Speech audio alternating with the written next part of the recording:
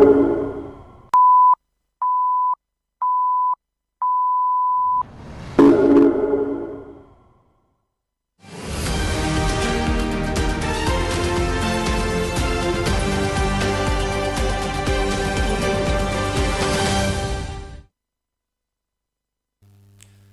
noite, no ar o jornal da MBC-TV, edição de domingo, 15 de junho de 2025. Acompanhe a seguir as principais notícias que marcam a atualidade nacional. O comentador da MBC-TV, Elísio Macamo, afirma que o relatório da Amnistia Internacional sobre as manifestações pós-eleitorais em Moçambique é insuficiente e centra-se apenas nas ações do governo como principal agressor. O sociólogo critica o fato da Amnistia Internacional não abordar o impacto dos protestos e nem sequer deixar recomendações aos líderes das manifestações. No relatório intitulado Protestos sob ataque, violações dos direitos humanos durante a vaga de repressão pós-eleições 2024, publicado em abril de 2025, a Amnistia Internacional aborda os contornos da violência que durou cerca de 5 meses depois das 7ª eleições gerais em Moçambique. Entretanto, o comentador da MBC-TV, Elísio Macamo, sem tirar mérito ao relatório, critica o fato de o mesmo apontar o governo moçambicano como principal agressor durante as manifestações. A Amnistia constrói uma narrativa em que o governo é o agressor e os manifestantes são vítimas inocentes.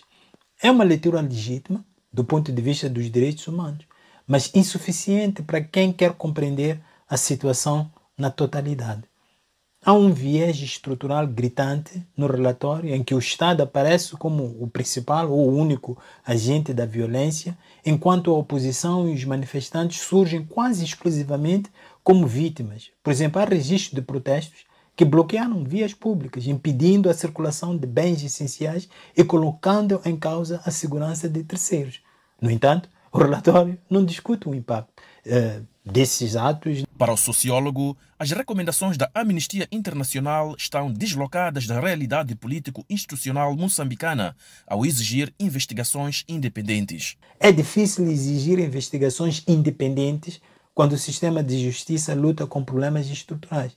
E só é desequilibrado pedir responsabilidade só ao governo quando os protestos foram também marcados por desinformação, vandalismo e ausência de liderança responsável. Macamo diz que não basta culpar o governo, mas é preciso fazer uma análise mais responsável. O documento seria mais forte se tivesse feito o esforço de compreender o contexto para além das categorias habituais de opressor e oprimido.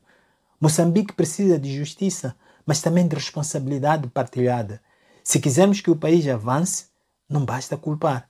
Dados da plataforma da sociedade civil Decide indicam que pelo menos 388 pessoas foram mortas e mais de 800 contraíram ferimentos graves e ligeiros. Por outro lado, informações apresentadas pelo governo em abril último, em sede do Parlamento, indicam que as manifestações pós-eleitorais causaram um prejuízo calculado em mais de 32,2 mil milhões de meticais, cerca de 504 milhões de dólares, e provocaram mais de 50 mil desempregados. A primeira-ministra Bevinda Levi dirige esta segunda-feira a cerimônia oficial do Dia Nacional de Moçambique no âmbito da realização da Expo Osaka 2025, que decorre no Japão. Em Osaka, Bevinda Levi vai igualmente participar no Fórum de Negócios Moçambique e Japão, evento que se enquadra na promoção das relações econômicas e comerciais entre empresas de ambos os países. A primeira-ministra Bevinda Levi chegou este sábado ao Japão com uma agenda marcada pela sua participação na cerimônia oficial do Dia Nacional de Moçambique, na Expo 2025 em Osaka e no Fórum de Negócios Moçambique-Japão, eventos que têm lugar esta segunda-feira. Bevinda Levi vai igualmente reunir com parte da comunidade moçambicana residente no Japão, bem como visitar empreendimentos socioeconômicos e culturais.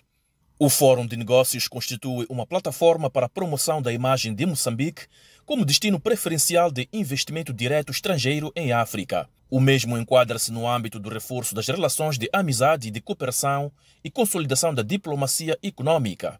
O evento enquadra-se no âmbito do reforço das relações de amizade e cooperação, consolidação da diplomacia econômica e promoção das relações comerciais entre empresas de ambos os países. A Expo 2025 Osaka decorre de 13 de abril a 13 de outubro próximo, sob o lema Projetando a Sociedade do Futuro para Nossas Vidas. O antigo ministro da Defesa Nacional, Tobias Dai, afirma que, com a conquista da independência nacional a 25 de junho de 1975, Moçambique passou a tomar as suas próprias decisões rumo ao desenvolvimento econômico, social e cultural. Por sua vez, o reitor do Instituto Superior de Gestão, Comércio e Finanças, Júlio Gonçalves, considera que o país já formou quadros capazes de contribuir para o seu desenvolvimento. Moçambique celebra no próximo dia 25 de junho 50 anos da proclamação da independência nacional, dirigida pelo então presidente da República, Samora Machel, após 10 anos de luta armada contra o regime colonial português. Tobias Dai, antigo ministro da Defesa Nacional e veterano de luta armada, recorda o ato como um marco de afirmação do povo moçambicano. Hoje Moçambique está independente,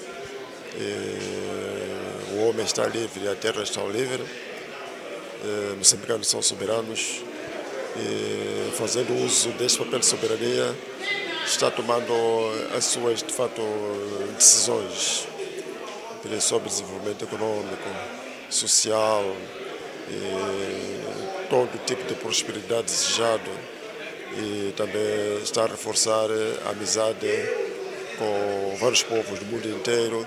Já Júlio Gonçalves, reitor do Instituto Superior de Gestão, Comércio e Finanças, considera a data como o ponto mais alto da moçambicanidade, destacando os avanços que o país registrou ao longo das últimas 5 décadas.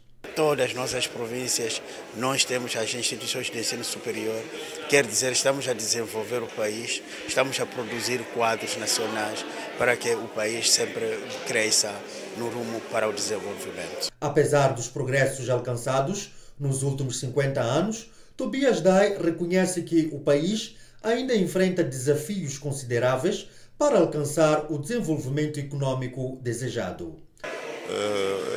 Os moçambicanos já fizeram muito durante a independência nacional, que era o seu ideal. Ainda falta muito para realizar, que é um grande desafio, e então os moçambicanos são convidados, de fato, a continuar a trabalhar para a prosperidade. As declarações foram feitas à margem do simpósio alusivo aos 50 anos da independência nacional e 63 anos da criação da Frelimo, realizado semana finda na capital do país. O reitor da Universidade Pedagógica de Maputo, Jorge Feirão, alerta que a inteligência artificial tem causado mentiras acadêmicas e, por isso, a sua utilização por estudantes universitários deve ser controlado. Embora seja uma ferramenta tecnológica benéfica para o desenvolvimento do conhecimento de uma forma geral, Feirão receia que mesmo a mesma crie desordem na academia. Se por um lado o Instituto Nacional de Tecnologias de Informação e Comunicação considera a inteligência artificial como uma ferramenta poderosa para a promoção do desenvolvimento social e econômico do país, na academia, particularmente nas instituições de ensino superior, ela pode criar desordem, conforme explica o reitor da Universidade Pedagógica de Maputo, Jorge Feirão. Agora, teremos que pensar e olhar para a tecnologia. Como é que nós convivemos com as novas tecnologias, com um chat GTP, que hoje faz os textos, faz as pequenas dissertações, faz as teses, e se não temos capacidade de controlar, significa que os estudantes vão ter notas altas, mas não fizeram nenhum esforço, tiraram da internet. E é algo que temos que pensar em inteligência artificial para melhorarmos e não para criarmos um embuste académico naquilo que os estudantes deviam aprender, deixam de aprender. Constitui também preocupação do académico o índice de desistência escolar.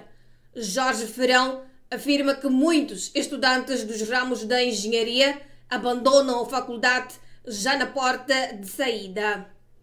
Temos já vários estudantes que estudam engenharia, e nesses estudantes da engenharia informática, sobretudo, começamos a constatar também que o mercado absorve muitos deles. E eles já não querem terminar os cursos. Chegam ao fim do terceiro ano e dizem, eu já consegui um empregozinho, então já não preciso de acabar. Então são os extremos. Uns terminam os cursos e não conseguem emprego. Os outros não terminam e têm emprego. A educação, ela vai mudar a cada instante. As profissões que antes eram as mais requeridas, como a cibersegurança, elas depois vão perdendo. Ano passado eu escrevi um texto sobre a profissão mais procurada em 2024. E vocês não podem imaginar, é pedreiro. E pedreiro não precisa de vir à universidade. O reitor da Universidade Pedagógica de Maputo falava à margem da aula aberta alusiva aos 40 anos da instituição. É chegada a hora de observarmos um curtíssimo intervalo e voltamos dentro de instantes. Não saia daí, até já.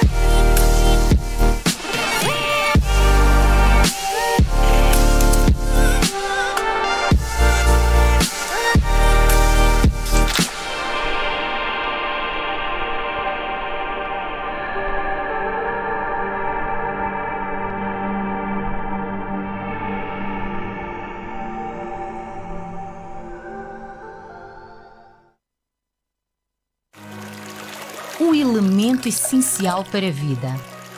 A água é criada pela natureza. Mas nós garantimos um rigoroso processo de filtragem para mais alta qualidade para você e sua família com tecnologia de ponta.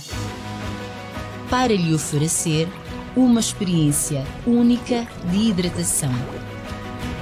Sinta a diferença na pureza e no sabor. Pura, leva-me contigo. Disponível nos melhores estabelecimentos comerciais. Fonte Pura. No Play das Conexões, as escolhas são tuas. Com o Uplay da TV Cabo, podes escolher internet, TV e telefone. Combina o teu Play. Mais internet, música, chamadas com os amigos. É a tua conexão, as tuas escolhas. Mais TV, mais séries, desenhos animados. Dá o teu Play. Internet mais TV ou jogos online e o desporto. Uplay, a tua maneira. Uplay, a tua conexão, as tuas escolhas. Play com a TV Cabo. TV Cabo, sempre ligados.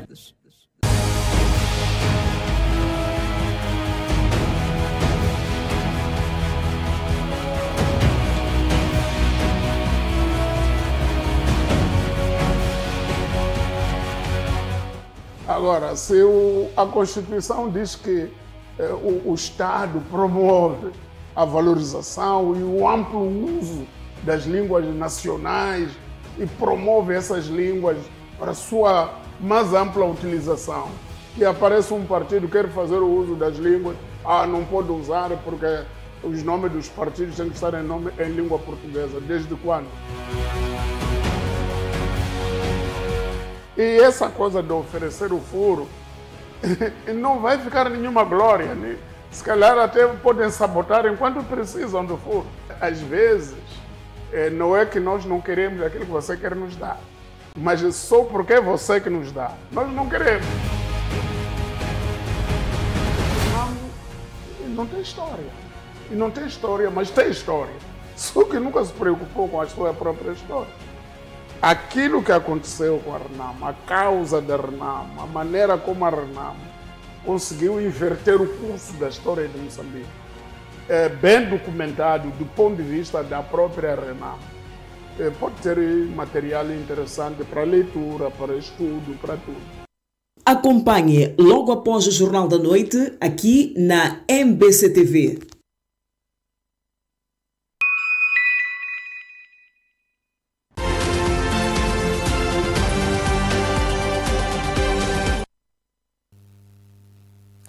De volta para a segunda parte do Jornal da Noite da MBC-TV. Seguimos com as notícias. O porta-voz da Renamo, Marcial Makome, afirma que a polêmica que envolve o partido resulta da crise que afeta as democracias modernas nos últimos anos. Makome desvaloriza as críticas e reitera que a Renamo continua a ser um partido que cultiva a democracia.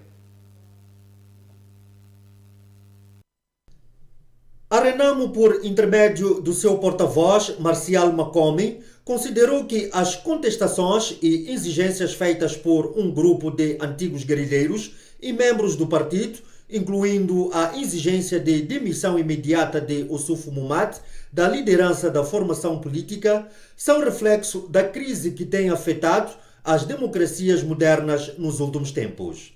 Não há necessidade, tanto quanto de invasão da sede pelos guerrilheiros, tanto quanto não houve necessidade de invasão no Capitólio, não houve necessidade de invasão nos 3 poderes no Brasil. Mas estas invasões são produto de uma forma de fazer política que, do ponto de vista global, do ponto de vista do mundo, tem se construído ultimamente e que nós achamos que resulta na crise das democracias. E é aqui onde é preciso visitar um pouco a ciência política para perceber como é que diz, por exemplo, Ziblatt sobre a questão da crise das democracias. E isto não é só uma questão da Renamo, é uma questão de todas as instituições. É preciso nós adentrarmos estes fenómenos, porque a Renamo não é um partido isolado, a Renamo não é uma ilha. Estas questões todas são produtos, se nós lembrarmos, Moçambique, a Renamo é conhecida como pai da democracia. E se no mundo a democracia está em crise, é evidente que na Renamo também a democracia poderá estar em crise.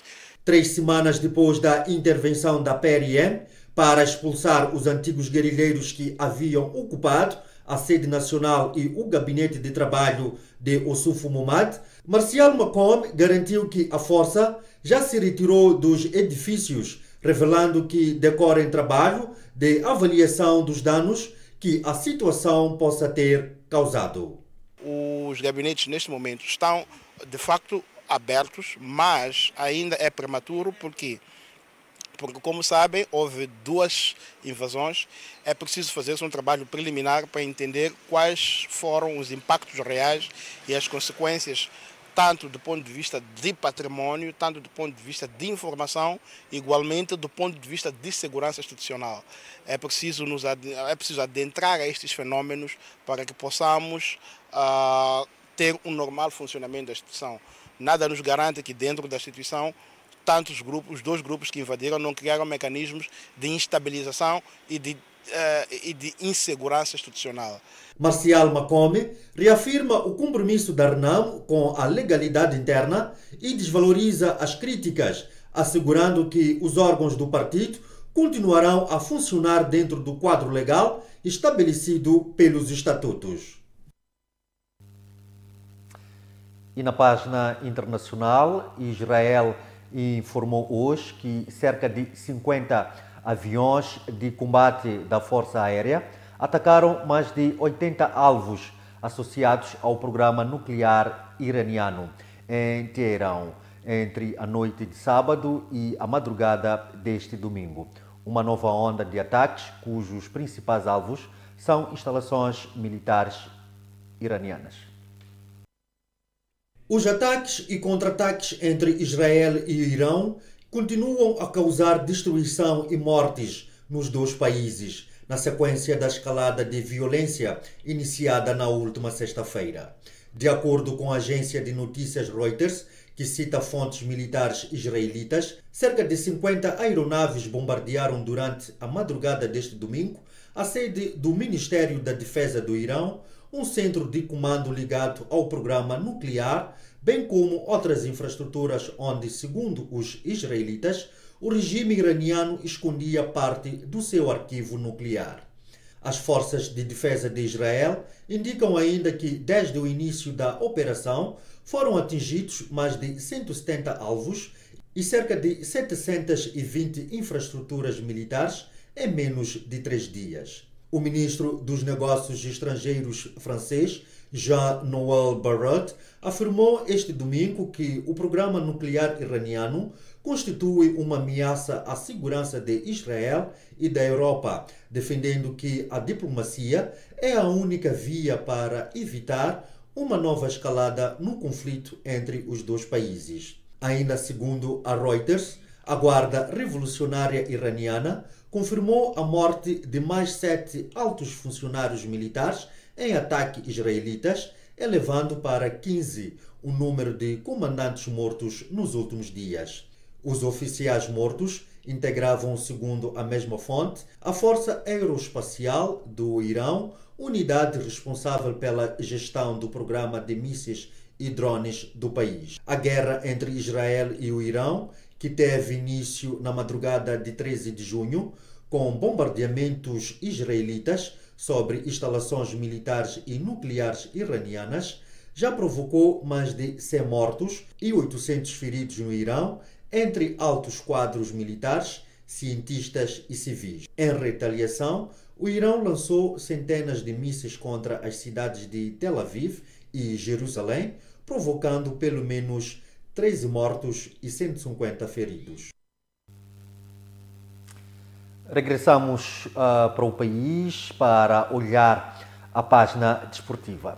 Treinadores do clube de golfe da Apulana, na capital do país, clamam por melhor organização das competições de modo a permitir a participação do maior número possível de praticantes e adeptos da modalidade.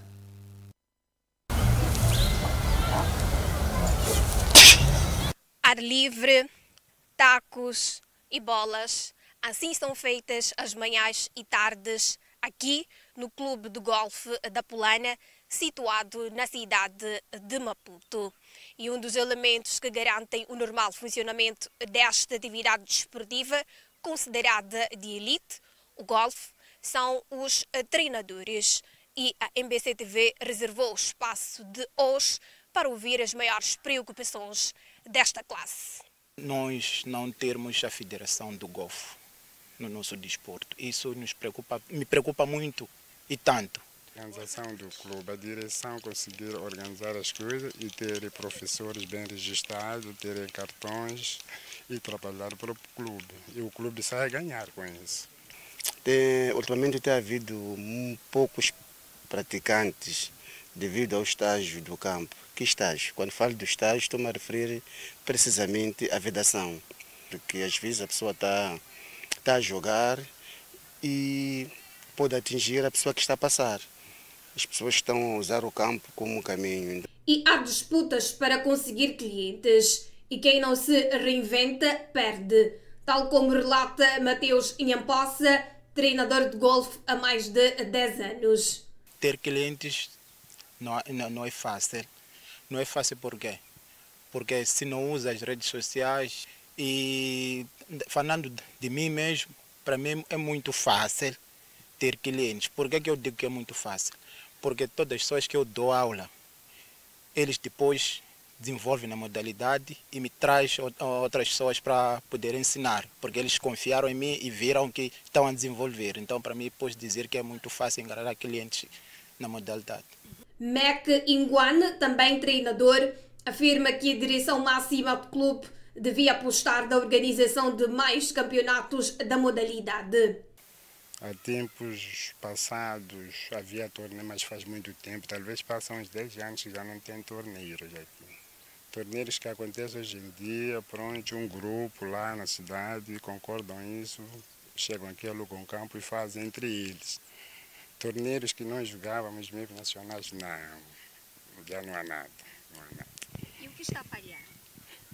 O que está a falar, bem, são os dirigentes do clube, não estão a agir, não pensam nisso, não sei porquê.